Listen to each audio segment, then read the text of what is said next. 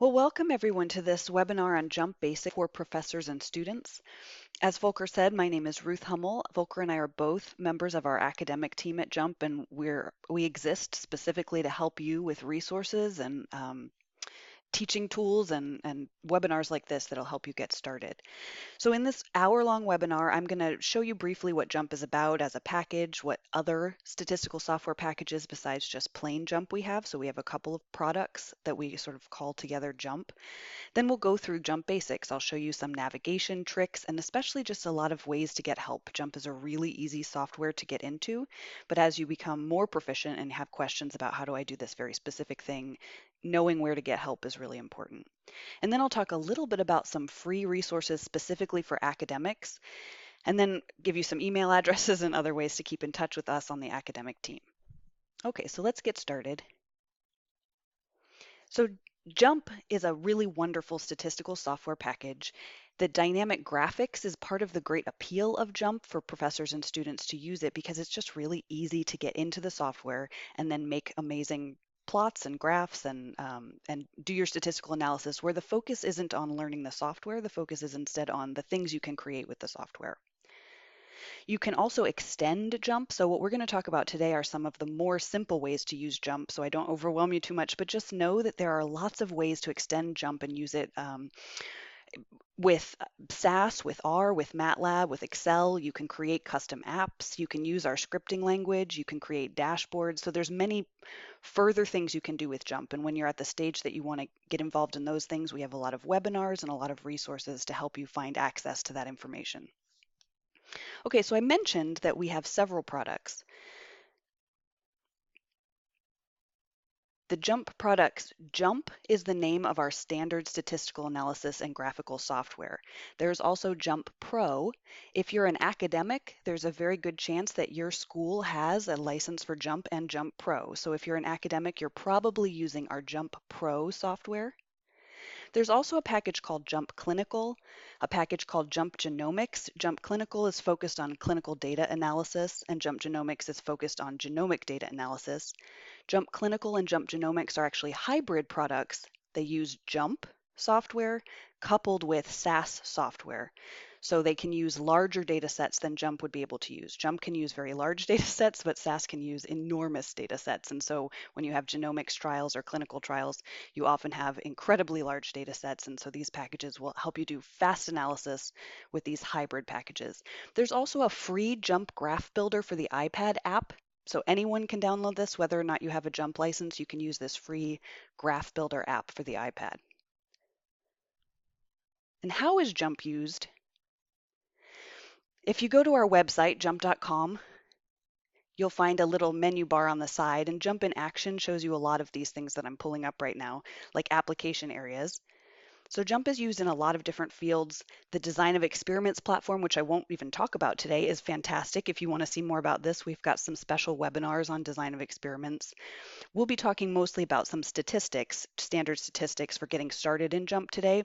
We'll talk a little bit about data visualization as well. But again, there's lots of professional capabilities in this software that as you become more adept at JMP, you may want to explore some of these things. And who uses JMP? JMP is used in many industries and by many companies. So if you want to look for customer stories on our website, so again, from the main page from this list at JMP in Action, customer stories here will take you to a bunch of stories of a bunch of different customers that have used JMP for very specific things. So if you're teaching and you want to look at academic stories, you can do that, but you can also use these stories as nice application areas for your students for a particular course. And then why use JMP in teaching? From our academic page, which is jmp.com/teach, you can get to this JMP Academic 360 to look specifically at capabilities, at our resources for teaching and learning, for concept discovery, tools for assessment. We link with some other tools for assessment, and the value of JMP beyond the classroom, for example, internship programs or ways that students can get more value out of their JMP skills that they're learning in your class. So let's actually jump into the software and I'll show you what JMP looks like. So I'm using, during this during this webinar, I'm using a JMP journal to save sort of an outline of what I want to talk about and to put links in here. These little blue hyperlinks were to websites. This link here was to a JMP data table. This tool that I'm using here is called a journal. You can see at the top it's got a .jrn file extension, and this is just one of the several JMP specific file types that I can use. So I have a journal open here and I have a JMP data table open here. Generally, when you're getting started in JMP, you're going to be using JMP data tables. Those will have a .jmp file extension. But the .jrn file extension, the JMP journal, is another type of file that you can keep. That's a nice way to, if you're teaching, to keep an outline. It's also a nice way if you're creating a report and you want to save your work and you want to keep a sort of a workflow. This is a nice way to do that. And both of these file types you'd find from the JMP menu bar from File. If you want to create a new one, you'd go to File, New. New data table would open a new data table like my .jmp file in the background. New script would open a script window because there is a scripting language that runs in the background. JMP is designed to be point and click, but there's a scripting language that runs behind that, and you can also access that scripting language or write in that scripting language if you want to. New journal is like this thing that I'm using in the front. So if you ever want to use a journal, you can click File, New, and New Journal to open a journal and save output or write text in that journal. New data table is how you get to a new data table. And then you can see there's several other extendable options within JMP as well. So let's talk about some basic navigation in a data table. So this is what a JMP data table looks like. This happens to be a data table that you can open on in your copy of JMP right now if you have JMP on your machine. You would go to the Help menu. The Help menu has so many wonderful things. So if you get nothing out of this hour except the Help menu, you should know the fantastic resources that are available there. So the JMP menu bar is along the top of my screen because I'm running JMP in a Mac. JMP runs on Mac and Windows. When it's on Mac, that menu bar is along the top because that's how the Mac operating system works. And in this Help menu, the sample data at the bottom is a great place to go. Sample data library is another option. This is just an alphabetical list of all the sample data sets. But if I go to sample data and open that, I can see this index if I wanted to look at examples for ANOVA, for example. I can open this analysis of variance little gray disclosure button and see options of data sets that are good examples for ANOVA.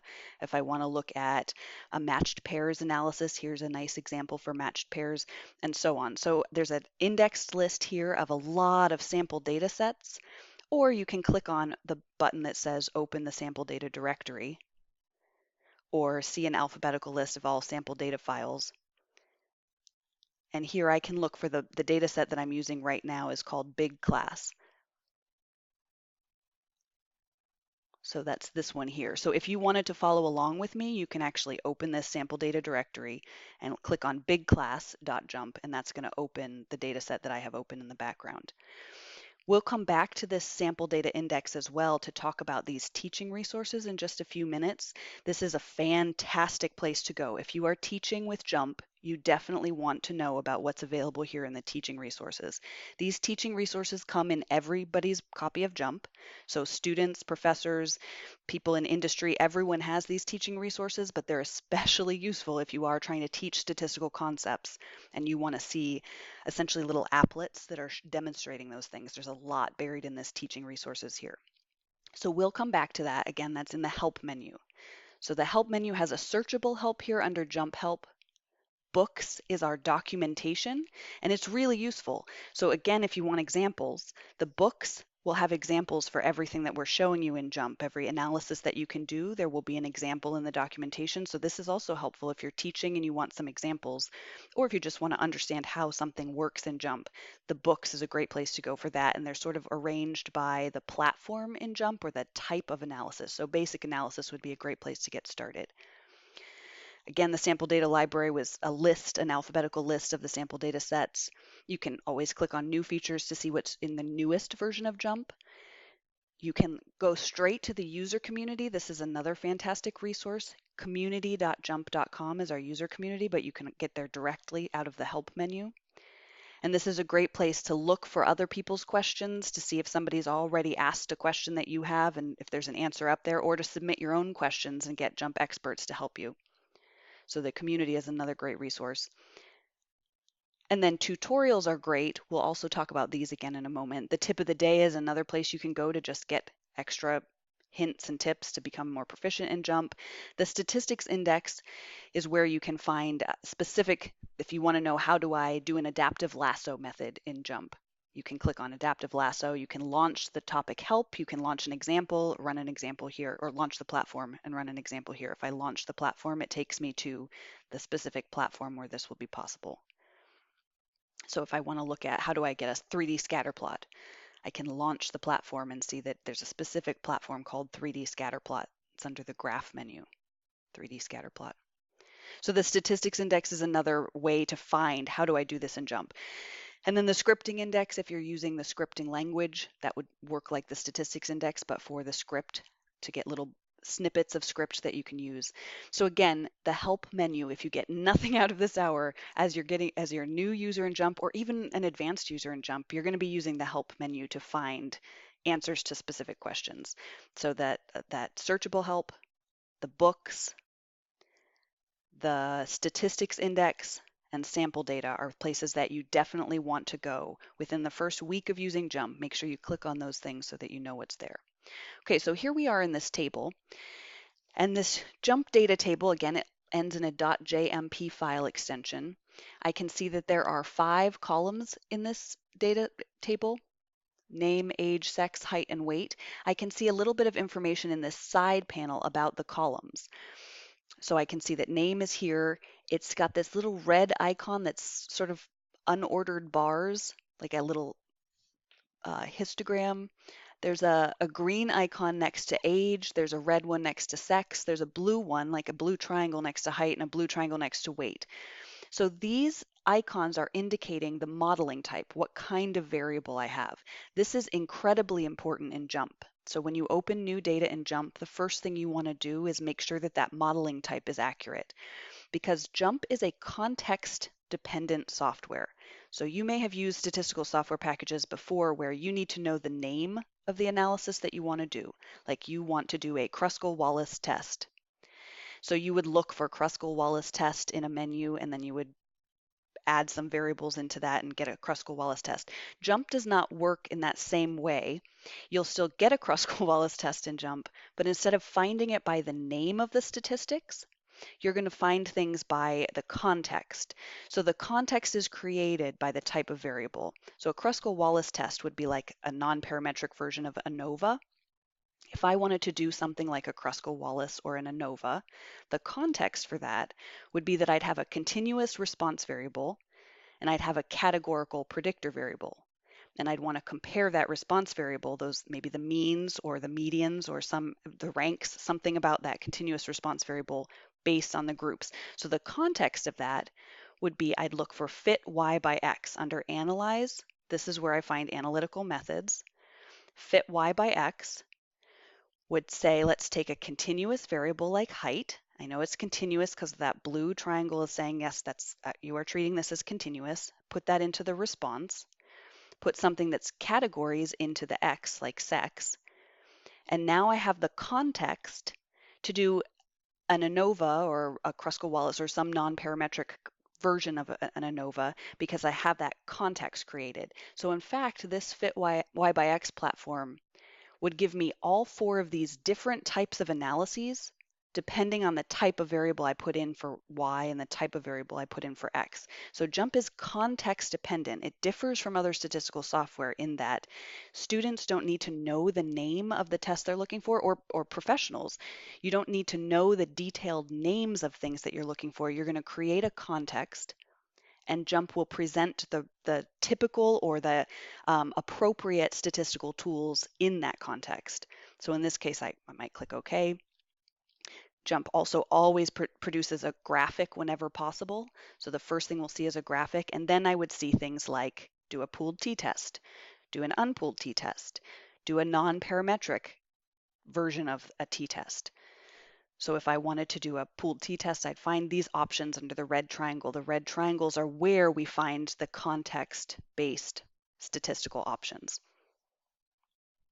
Okay, so here, setting these modeling types is critical in JMP. So when we read in data, JMP's going to make a great guess. It's going to say if I see words in there or characters, it's probably going to be something that's categorical. If I see numbers, it's probably something that's continuous. And if you want to disagree with that, then you have to change that here. So age might have read in as continuous, and if I decided that I wanted to treat that as ordinal categories instead, I would change that here. So now I get this green stair-step ordered categories icon. So name would have read in automatically as nominal in name only categories. Age probably would originally have read in as continuous, but we've changed that because we want to treat it as ordinal in this case. We have choices. This is certainly not necessary to treat it this way, but that's a legitimate option, so we're going to choose that here. Sex has F's and M's, so character, so that would have read in as character, so that would have read in as nominal. If you'd had sex as ones and twos, then that would read in as continuous, and you'd need to make a choice. Do I really mean that those numbers are continuous, or are those numbers in fact representing categories? So we might need to make this choice if they'd read in as ones and twos. And then height and weight probably make sense to treat as continuous in this case. They would read in automatically that way. So we have this extra information about the columns on the side. And as I mentioned, the red triangles are how JMP brings you more context options. So this red triangle above the columns gives me more things I can do with the columns. So I could reorder the columns here. I can add labels, or I can lock columns in place. So there's a lot of things I can do right here. If I want to make something a label, you can see we've actually done that with name. This little label icon right next to it, this little yellow tag, this is something if we had right-clicked on top of this, I could click label, unlabel. I just unlabeled them. I'll do it again and label them. This means that when I do something in JMP, the names will come up as labels for the points. So I'll show you that in a little bit. And then we also have some information about the rows at the bottom. We can see that there are 40 rows in this data set. Again, I have a red triangle to let me do more things. Like row selection, I can select where. I can select the cells where, for example, the age is greater than 12. Or I can select matching cells if I click on something and select everything that matches that. So I click all the cells that match 13, for example. So if I go to the rows and I row selection, and I select matching cells, it's going to select everything where age was 13. So there are lots of tools embedded in these red triangles. The best way to learn what's there is just to explore. Those same red triangles for the columns, we get that red triangle up here by the column names. So again, things are duplicated. They're just presented in places that based on the context would make sense. We also have a red triangle up here with the whole table. So if I want to subset the table, I can do that here, or sort the table, or stack, split, transpose, join it to another table, look at missing data patterns, and so on. You'll notice that the tables menu that we have here and the columns menu that we had here and also here, the red triangle, the rows menu we had here and also here, those are also along the top in the menu bar. So tables is also here, rows is here, and columns is here. So you'll find things in multiple places in JMP, but that's so that in the context that you're in, you're always going to find the tools that you need. And I already mentioned Analyze is where we find most of the analytical options. They'll also present themselves in red triangles as we're working. Graph is where we can find graphics on their own. So generally in Analyze, if we do something, we're going to get some kind of a graphic, but we'll also have an option to select those graphics on their own to just be trying to create graphics. Some of these graphic options will also include some statistical output. So Analyze and Graph overlap a great deal, but again, it's the context. Is your main goal to analyze? Then we're going to still give you some graphics with that. Is your main goal to graph? We're still going to give you some analysis options along with that, but the predominant goal will give you, for example, the graph builder to help you build beautiful plots. Okay. You can also see in this top top left corner of the big class.jump data table, there's also extra things for the table. These are called table scripts. There's little green arrows. These are play buttons. If I hover over this, and this is another way to get help in JMP, when you hover over something, there's often a little explanation that pops up. We call this hover help. So if I hover over this, I can see that it tells me that I can click these green triangles to run, or else I can right click on top of these to get more choices. So if I click the run, this is going to do an analysis. So these little pieces here are actually saved scripts, things that I've done before in JMP that I've just saved into the data table. So this is another great tool for if you are trying to create something in JMP and you want to save your work. You can save your work as these little script buttons that will repeat your analysis, and you just save them right into the data table. This is also awesome if you're teaching and you want to keep sort of, this is the workflow I'm going to show my students. First, we're going to look at distributions of these variables, then we'll look at bivariate relationships, then we'll do a one-way ANOVA, then a logistic regression, and so on. So the way that we get things saved there is we run something. So this would have been, I'd go to Analyze, for example, and maybe Distribution. So this is looking at distributions. If I hover, again, we see a little hover help. So maybe I'll look for distributions of all of these variables. So I'll click them into the Y columns role. So we call this casting the columns into a role.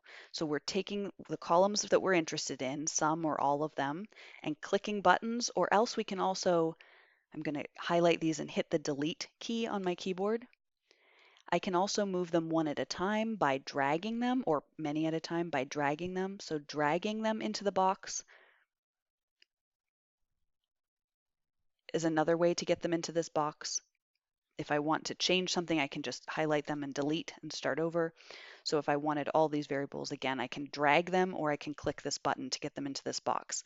You'll notice we have some other options. I'm going to leave this dialog box just like this. This is all we're going to do in this box, but I could, if I had a weight variable, if I'd taken a survey and I had survey weights that I needed to weight these by, so height isn't just summarized with each row being equal weight with the others. If there's a weight variable, I can put that here. Or if I have a frequency variable, so if I have counts and then if I know something about there were actually 7 Katies in the class, and so I need to put that frequency in. Or if I want to split out an analysis by another variable. So for example, if I want to look at the distribution of heights, but split it out by the sex. So I look at the heights for women separate from the heights for men. I can use this by variable. I also have an option over here to get histograms only if I click this. So it would not give me all the statistical output, just the histograms. But I'll just leave everything as the default. All I've done is put some things, cast some columns into the Y role and say OK. So here I see the names. Really quickly, I can see Robert was the only name that there were 2 students named Robert in the class. This is maybe not that useful an output for me except to identify that Robert comes twice. So maybe I'll use this gray arrow to tuck this away. These gray arrows are called disclosure buttons, and they disclose and tuck away, hide away some output. So if I decide I don't want to see this so predominantly, I can tuck it away. I can look at the output now for age. You'll see there's a red triangle for age. This gives me things I can do. Because we're treating age as ordinal, then that means I actually have categories. So if I want to test something about this statistically, that's going to be probabilities of category membership. I'm not looking at means of age because I'm treating this as categorical. On the other hand, I'm treating height as continuous, so that red triangle gives me different options like testing a mean. So I'll see test a mean for something that's treated as continuous, and I'll see test probabilities for something that's treated as categorical, because this is context dependent. You can also see that if I click on something like the males bar, that highlights these data in every other plot that I have open, and I can even open the ages or the names again and see all the males have been highlighted. This is because not only is JMP context dependent, it's also dynamically linked. So anytime you do something with a piece of output, it's going to link that back to the data table and back to everything else you have open. So if I click back to the data table, you can also see all the boys have been highlighted back in the data table. And down here in this little rows section of the data table, I can see there were 40 rows, 22 of them are selected right now because there were 22 males in this data set. If right now I wanted to make a subset of the data that's just the males, while I have the males selected, I can right click, and this second option is subset. If I click subset, I now have a subset of just the males' ages because that's the thing that I had selected there. If I wanted to get the full data set, not just the age, then I can click back on the data table and I can ask to select, so I can select the rest of the columns as well. And now I can subset the data by right-clicking. I can select a lot of options here. I can also go to tables. Remember, that was where we can find subset here. We can find the subset from this red triangle here under the tables menu. So if I subset now, I'm asking just for the selected rows. I can say OK, and now I have all of the data just for the men in one data set. So right-clicking when you have something selected will let you subset it really quickly.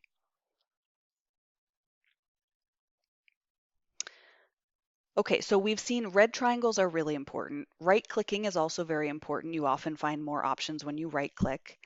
You'll notice that there's a red triangle for each of these variables. So name had a red triangle, age had a red triangle, sex had a red triangle, but there's also a red triangle for the very top of this output. When we went to analyze and distribution, we asked for the distributions platform.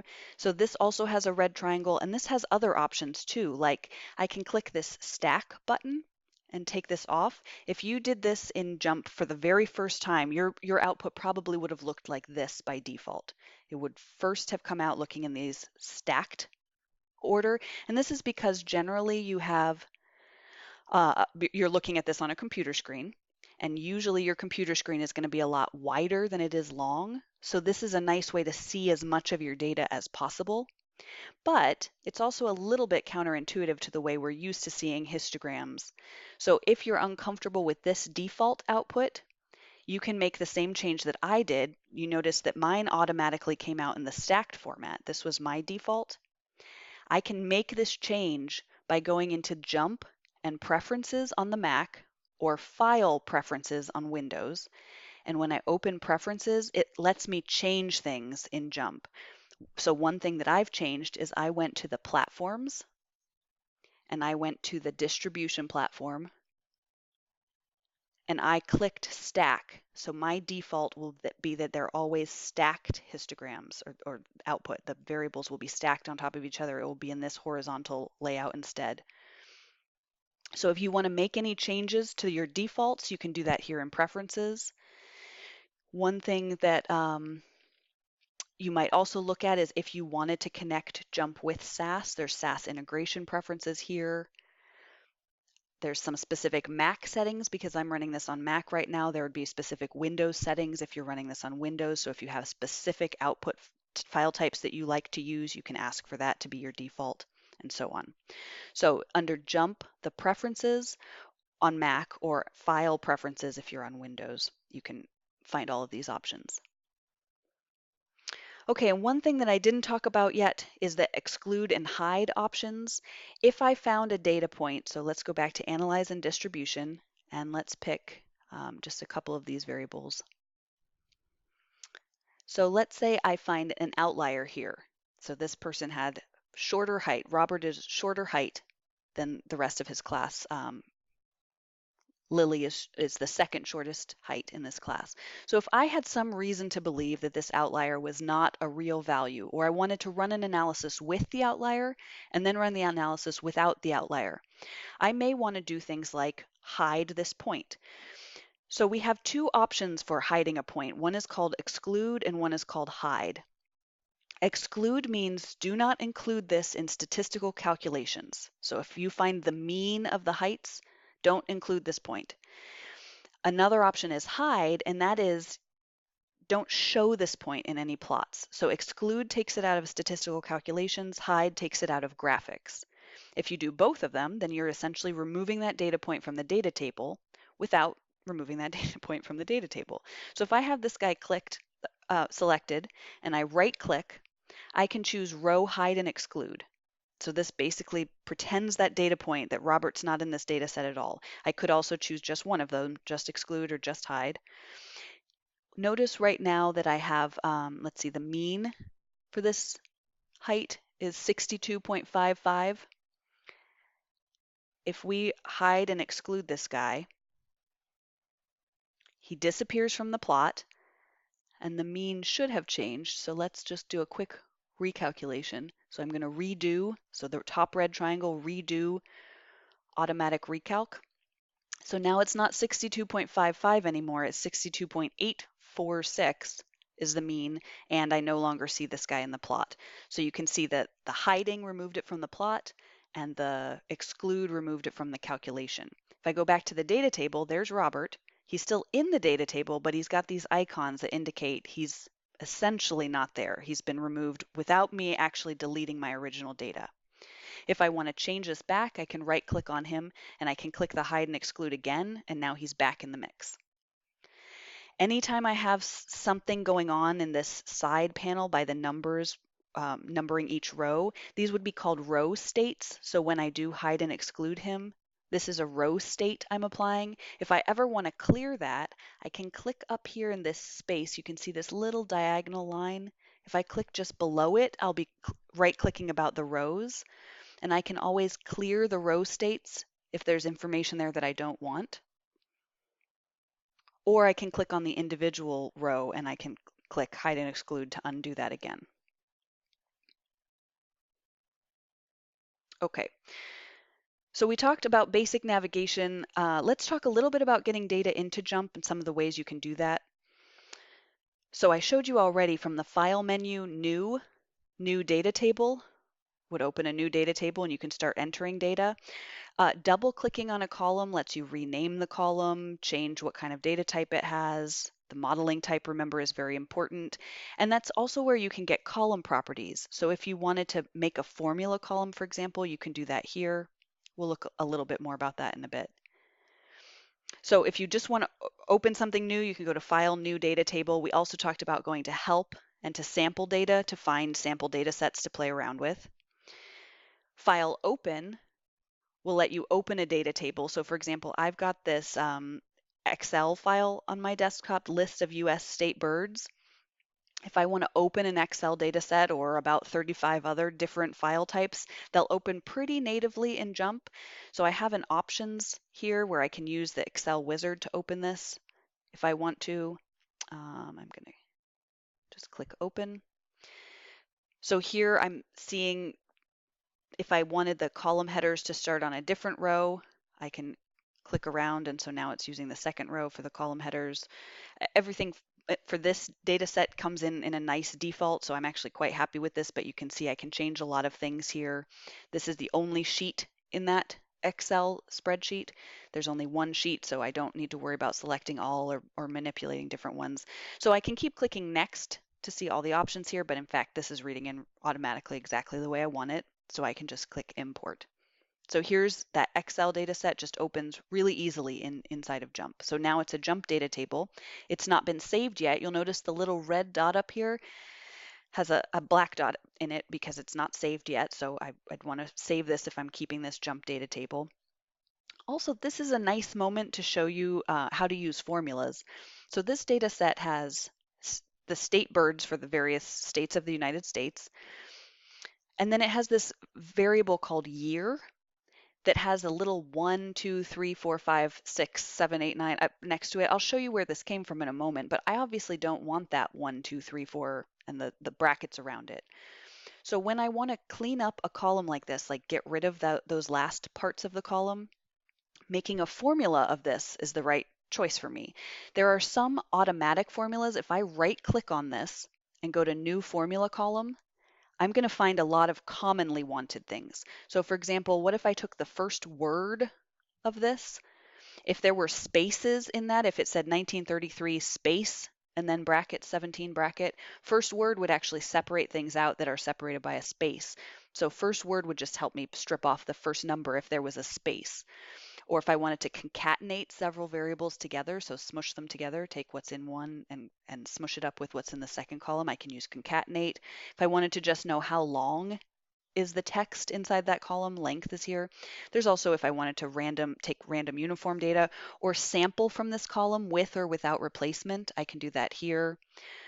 Or I can look at things like the lag between things or the difference between two rows. So it's really easy to find a lot of common formulas right here. In this case, the common formulas won't work for me. So what I want to do instead is make a new column. I double clicked on it and I'm going to look at the properties and add a formula. So I'm adding a formula. I'm editing this formula. So here's where I'm going to put the formula. This middle panel just gives me a list of the columns that I can use in the formula, and this side panel on the left is all the formula things I might want. So I want to look at the character information. I want to strip out stuff from that year, and I specifically want a substring. So if you aren't really savvy about how to use formulas yet, there's plenty of documentation to help you learn what to do. You can look at the books and read through what these formula things do. You can also still use the hover help. If I hover over something here, right now this is selected, but if I hover over one of these, it will give me a description of what that does. The substring is a very common one I use. There we go, I'm hovering over it, and it's saying it returns the part of the string composed of a count of characters starting at a certain position, and then it tells me a little bit more there. Substring I use all the time. Substring, I would now say, okay, I want to take the year. So I put that in for this first position. So substring of the year. I want to start it in position 1, and I want it to be 4 positions long. That's going to take the first 4 things, 1, 9, 2, and 7, out of the year. And that's it. So substring says, hey, take this variable, start it in position 1, go 4 long, and then just strip that part out. So I'll say okay, just say okay again. And so now I just have the year cleaned up right here. So formulas is another thing you're going to use right away when you're manipulating data. Again, if you're not comfortable with some of the terms that are commonly used in statistical software packages for how to build a formula, the help menu has documentation on this, and you can always Google things and ask, if I want to strip letters off of something in a column, what would I call that? So you'll find a lot of help online. And again, ask questions in our JMP user community. There are lots of, if you're having a question, lots of other people are also having that question. So now let me show you where I got these data, because another way you can get data into JMP is from the web. So I'm going to click on this Wikipedia link. This is just the Wikipedia for the list of US state birds. That's exactly where I took this from. And this table should look familiar to you. The state, the name of the state bird, the binomial nomenclature for that name. And in this case, there's also an image and a year. And guess what? In JMP, you can actually use the image. I had to strip the image out for Excel because you can't put an image in the Excel as easily, but I can easily put these images into the JMP data table. So the way I can read this whole table into JMP is just by copying this URL. So I'm just hitting Control-C on my keyboard. I'm copying this URL, going back to the JMP menu bar to File, Internet Open. I'm pasting, I just Control-V on my keyboard. I'm pasting that URL here. Yes, I want to open this as data. So I'm clicking OK. There apparently are multiple tables on this page. I just want the first one. I could select all if I'm not sure which one I want, but I know I want the first one, so I'll say OK. And here's that data table. So here's that year. Here's why it had those weird little 1s and 2s. It's because they were annotations in this data table, and when JMP stripped it down, they came out as this little 1 and 2. For the image, we just see the code to pull the images down, but we also see this little play button that says load picture for image. So if I click this button, it'll take a second. It expanded that column. I'll just tuck it back away again. And here's the image pictures. One of them, row number 9, who's row number 9? This Delaware bird, the Delaware blue hen, is empty here. That's because, if we scroll down, Delaware, in fact, did not have an image, so that's why that's empty. If I grab the bottom of these lines to make these bigger, I can make the images larger, so you can see the images actually show up. One cool thing I can do with this is if I now go back over here and click on this in the columns list and right click, remember we could apply a label here. If I make this a label, then when I do something about this and hover over it or ask for information about this, the picture will actually be a label. I'll show you another example of that in the sample data library. I think there's I think the SAS offices. Let's find that data set, SAS offices. We'll just open it quickly. This is another data set that's got photos in it of SAS offices around the US. And I'll just click on this script and bring up this graph builder. So this is showing the SAS offices across the US.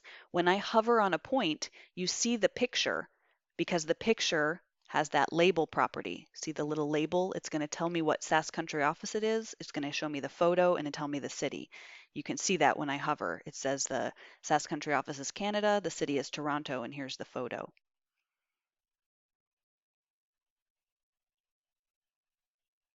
Okay, so let's clean this up and close a bunch of things.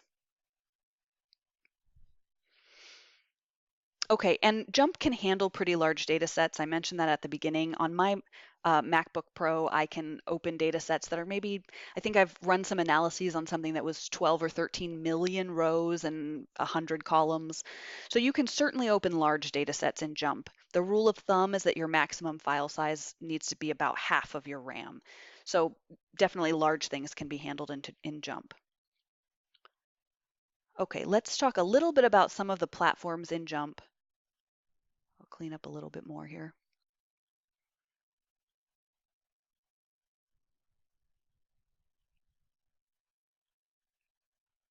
And I'll open this world demographics data set.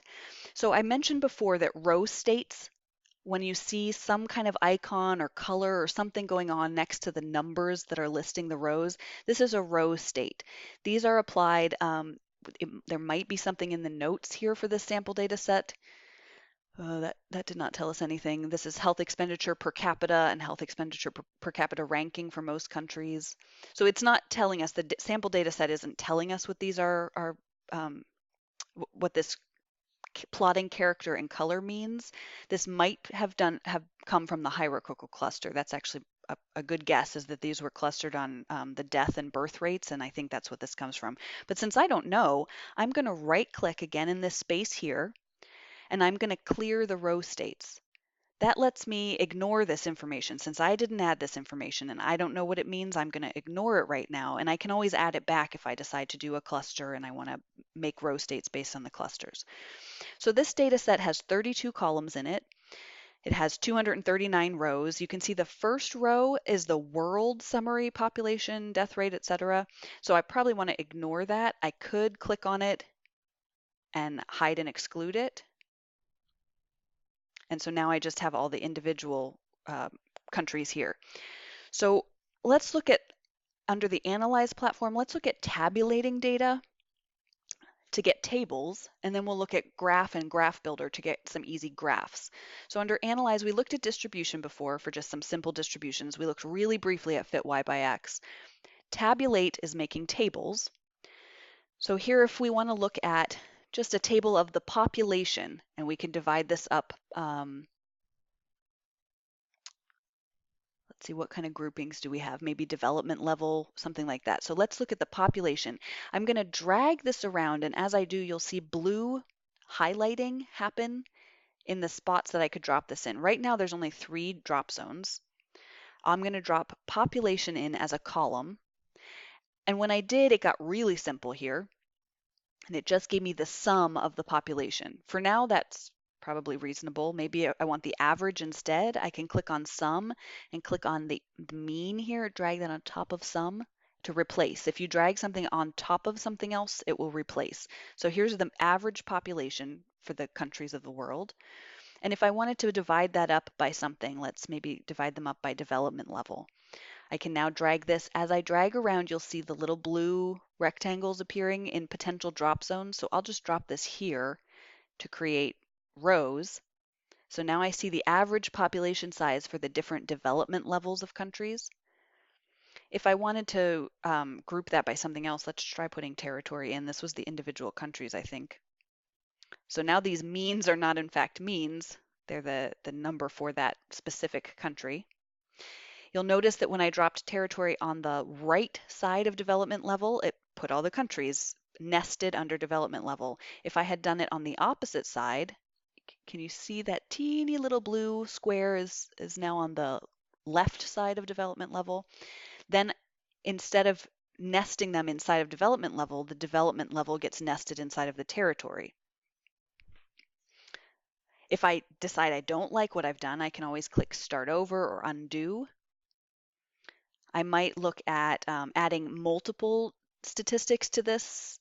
If I add that number, instead of putting it on top of the mean, if I put it next to, we can see, in fact, these were not means of many things. This is just the individual population size for each country. Maybe I'll take territory back out of there. Watch really closely. I think that this is adorable. JMP's goals are not to be adorable, but this just is very cute. So when I pull the territory off, you see that little X, and when I let go, so all I did was click on territory with my mouse. I'm holding my mouse down. I'm going to let go, and it does this little poof. It makes a poof sound, and a little cloud goes away. So here we have the table with just the number of countries that are ranked as each development level and the population. Maybe I also want to put some other things like the crude death and birth rates here. So I can put these on top and say, if I put that blue box where the N and the mean, all the information is, it's going to do the same thing, N and mean for crude death rate and crude birth rate. So I let go by hovering over the full table part. And when I'm happy with something, I can click Done. You'll notice again, there's red triangles all over the place. So here's a red triangle down here. Here's a red triangle up here. If I click Done and I use this top red triangle, maybe I want to save this table in my data table. So I did something, I like it, I want to keep it, and I want to make one of these buttons in my data table to be able to repeat this later. I use the red triangle. This is true everywhere in JMP. This top red triangle for a dialog will always give you this Save Script option. So top red triangle for the tabulate platform. Bottom option is Save Script. And if I save the script to the data table, it lets me name it. Tabulate is fine. I'll say OK. And now I go back to the data table and I see the very bottom, that green play button and the word tabulate. If I close this, go back to the data table and click this, it now repeats what I just did. So always red triangle, save script to data table. That's how you get those extra play buttons in your data table. Now if I save my data table, the next time I open it, I can just repeat that analysis by clicking on this button. Okay, and then we also have something similar to the tabulate for tables. We have Graph Builder, which is also drag and drop zones. So here maybe I want to look at the population as my response. So I'm going to drag into zones again. As I hover around things, it sort of shows me what it's doing. I'll drop it into Y. And right now I can see the outliers. This is China. This is India. If I wanted to put these labels onto the plot, so this is where, when I say something is a label, this is where it will show up. I can hover over to this red pin and click it, and now that's pinned onto the plot. If I decide I don't want it, I can hover to get the X and then X it back off. So right now I have the population. Maybe I want to split that out by the development level again. So I'm going to drag development level down onto X. So now I see that medium has the largest spread here.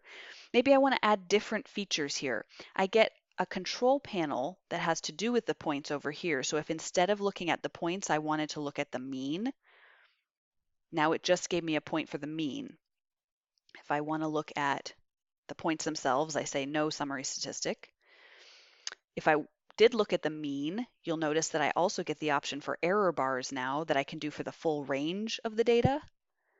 Or I could do error bars for just a standard error, or I could do error bars for a standard deviation, or error bars for a 95% confidence interval. And you'll notice that at the bottom of the plot, it tells me what it's doing. So there's lots of options here. I'm going to go back to just the raw data. Also, I see this ribbon at the top that gives me lots of options. So right now the points are highlighted. If I also wanted to connect the means, I can drag this on top. I can also use the side panels of anything in JMP, whether I'm in Graph Builder or anywhere else. I can always drag these axes. So if I want to zoom in or rescale this, it's easy to do that just by dragging. When you'll see there's this like Mickey Mouse glove sort of thing, this little white glove. We call this the grabber tool. When I hover in the middle and click, it just recenters it. When I hover toward the end, it changes orientation. See here, the hand is, the fingers are pointing on the horizontal. At the top, the fingers are pointing up. When they start pointing up, that's when I can stretch the axis instead. So this is always true. You can also always grab the bottom corner of something and expand it. So I can resize things really easily. Maybe I would want to put box plots on this.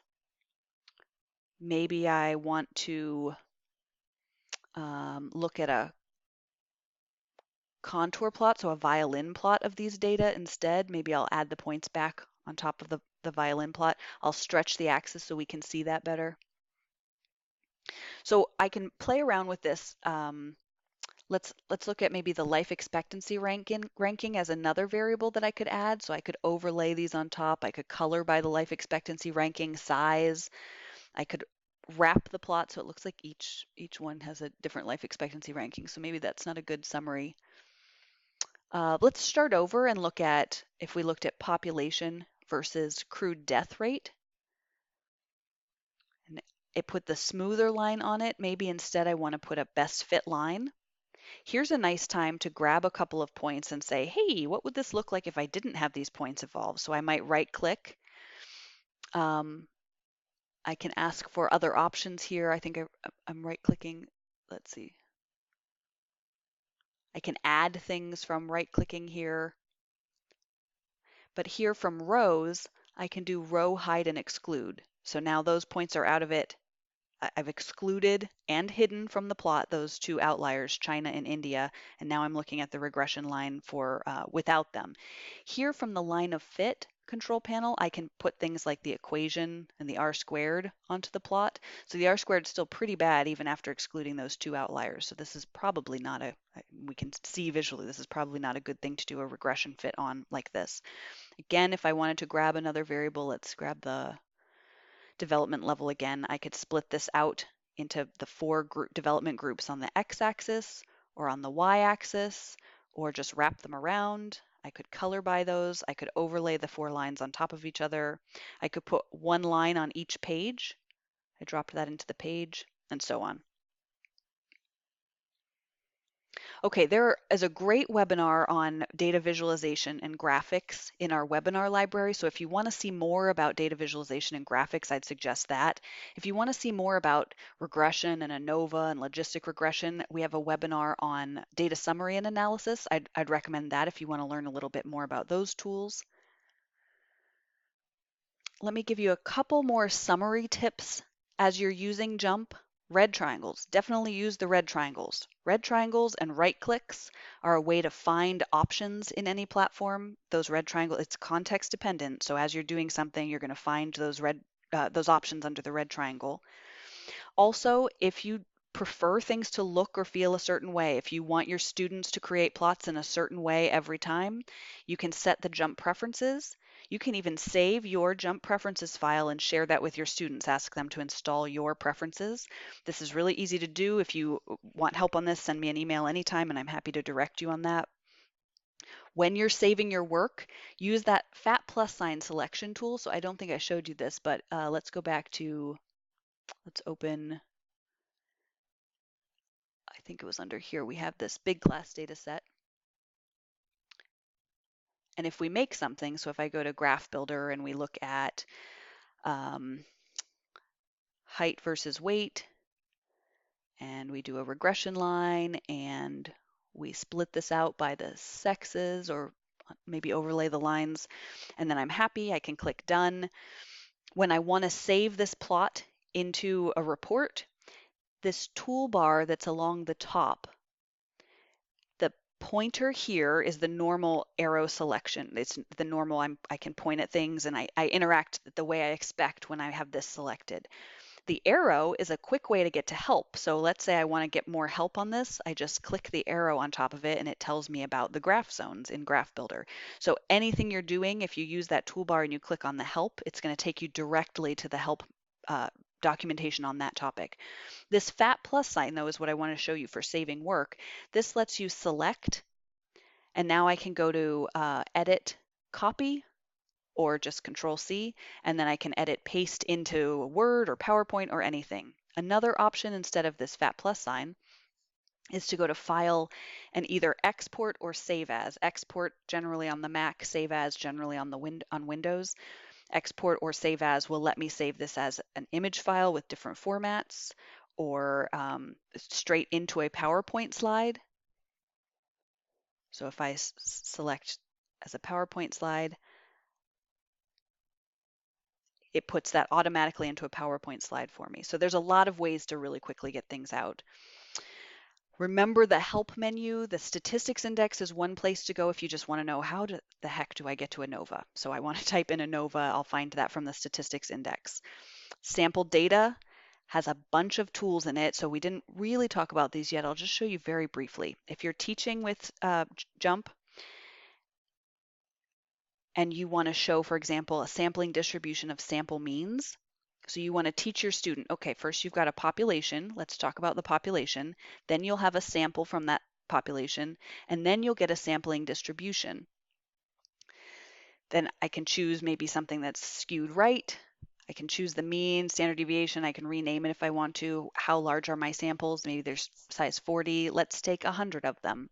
Let's show the illustration of that. So then click draw additional samples. So now I can watch each sample be taken. I can see the sample mean and standard deviation for each of them, and I can see the distribution being built. There are so many of these tools in this teaching resources section. So these are also talked about in some of our webinars. So if you look at some of the teaching webinars, those will be really helpful to review some of these teaching resources. And then also in the help menu, the books is our documentation. So that's another really good place to go if you have questions.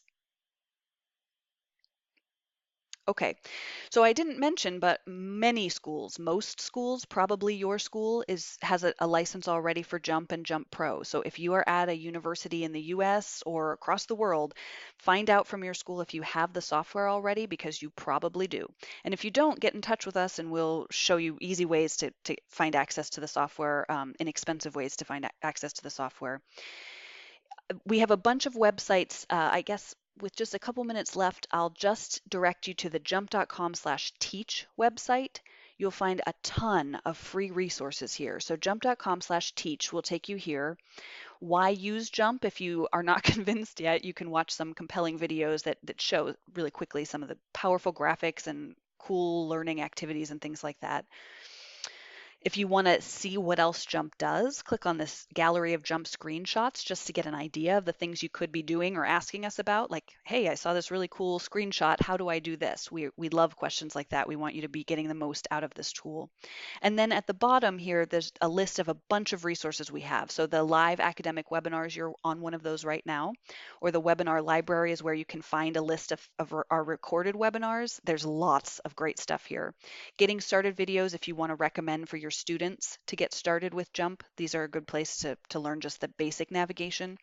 The learning library, case study library, course material library, and books with JMP are really good tools if you are learning or teaching with JMP. The learning library is used, it's one of our most used resources. This gives you, let's say you want to know more about graphical displays and summaries, so you click on that topic. Here you see a video, a 2 to 3 minute video, a PDF of just one page showing you how to do this using a sample data set that you can follow along. And some of these even have an online tutorial about how to do this. So these resources are really helpful.